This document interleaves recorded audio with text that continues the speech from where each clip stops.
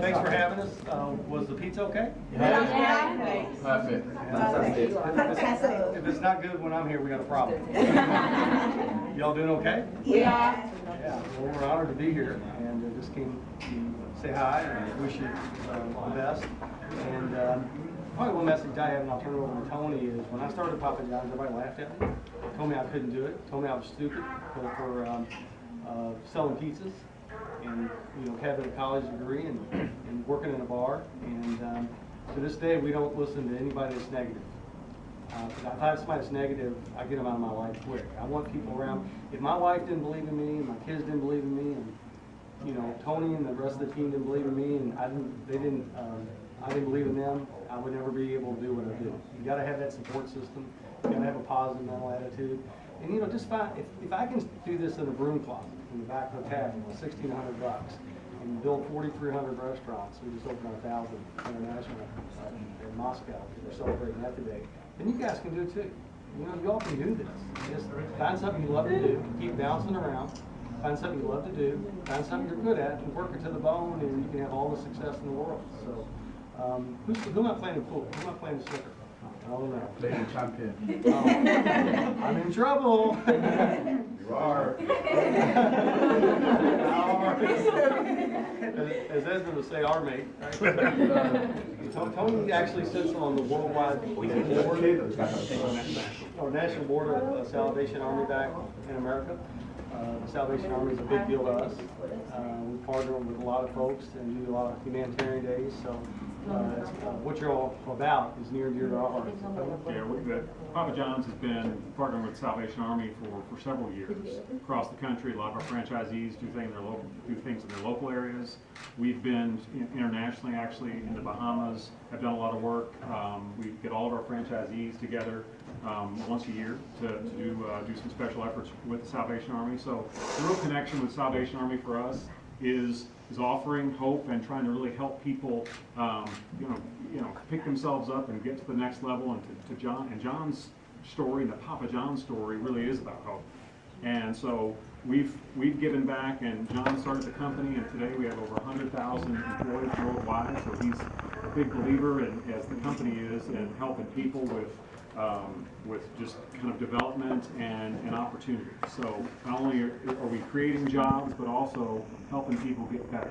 And there's a lot of success stories within Papa John's, but it all comes back to where we started as a company and where we're centered. And the Salvation Army is a really good connection point of how can we help others just to get up and pick themselves up and really succeed, because everybody can be successful. And one thing, as John was telling his story, a lot of people told him at the beginning that he couldn't, and there wasn't room for another pizza chain or pizza company, and I think that's just a phenomenal story. I don't know if you want to tell them some examples of where people really push back on it. Well, what happens is if you get people around you that don't believe in you and they're negative, then it's contagious. Positive mental attitude is infectious, and so is a negative mental attitude. So, I think my two things I would probably just leave with you is, God's given each of you a natural gift. You're getting ready to beat me in the pool. And so if you beat me in the pool, you can probably beat me in something else. And the same goes for the rest of you. So just keep bouncing around till you find something I like to do. Maybe be a dentist, maybe an artist, maybe a pizza maker, who knows? But find something you love to do. And then the second thing is this: I can't emphasize how important it is to associate with the right people. We are successful at Papa John's because both like Gavin and Andrew and this team over here, we weren't successful before they came aboard. We had a franchisee who just left, Rahul, and he has 15 stores. He started out with one. And over here in the United Kingdom, everybody was saying Papa John's won't work. It won't be successful. And he came in and he proved wrong. And he's actually been the lightning rod, the beacon to make Papa John. One man made a difference. One man. He's been the example that you can succeed. And he's lifted the whole market up just by having a positive attitude, being focused, and doing what he's doing best. So with that, any questions or comments? What actually made you think of making a pizza shop? What was your initial thought? Yeah, when I was 15, I was a dishwasher.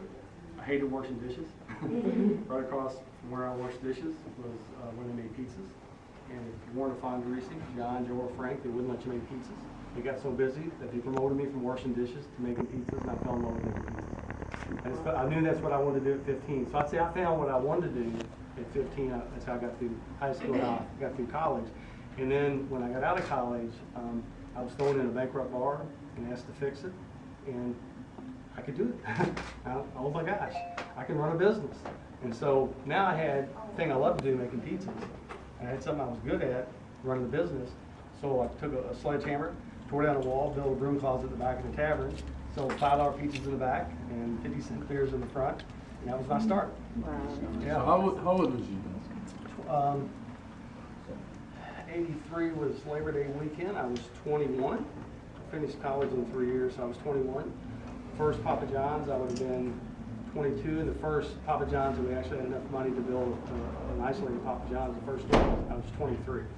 And we opened up, and we were doing 9,000 a week, and the Domino's down the street was doing 6.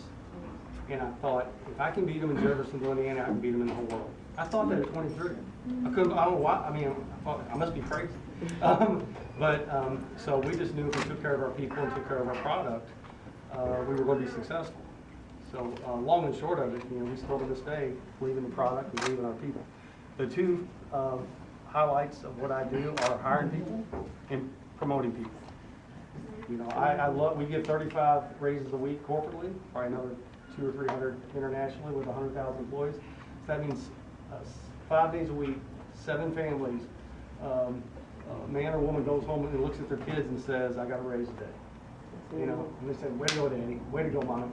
I get to do that 7 times a day. 7 times a day we get to give a raise, and I just think, I think it's awesome. What's your favorite pizza? John's favorite. Yeah. Pepperoni sausage, 6 cheese. So, what made it expand? How did you expand out of nowhere? People just like the pizza. Yeah. We were in the broom closet and we were selling probably 700-800 pizzas a week. People fell in love with the pizza. People still, the only reason we were successful is the food. People like the food. And we're fanatical about quality. It works out really well. Please. When I was working at Papa John's down the road, they said that the thing that set Papa John's apart from a lot of other pizza stores is that they use fresh baked dough. What's the difference in using that for the Well, quality? you definitely want fresh dough versus frozen dough. And in our case, where it's hand tossed, I think it produces the best. It makes for the best product. So we don't use any conditioners, any stabilizers. We use high gluten protein wheat. We purify the water. The facility that we built to make the dough up in Milton Keynes was about 5 million pounds. So it takes a lot of money to make really good dough. So we spent the money. A lot of money, man. All right, let's do one more question, and I'll let the showman beat me in pool. Yeah, so first I want to ask you, he promoted your idea. Was it just you that promoted it? Initially. Or was it like word Well, of we mouth? remember it was in the back of a bar, and people in a bar tell you what they think.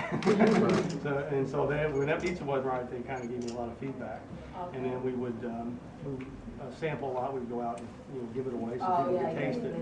And then, but I love making the pizzas. I love the back of the shop, and so I wasn't in the commercials until about 2001, because I don't like to be in the front. I like to be in the back. And so that's why they had me on the box. You ready? All right, thank y'all. Thank you.